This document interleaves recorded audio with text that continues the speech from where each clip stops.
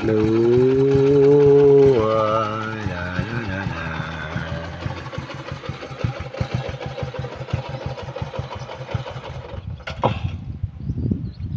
Baka pasayro yun.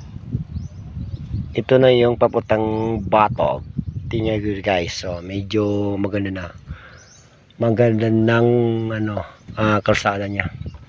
So, hanggang doon lang sa may hindi may tulay kasi doon sa unahan. Kaya yung mga taga Batog hindi nahihirapan umuwi. Kahit may mga karga, pwede namin mahatid.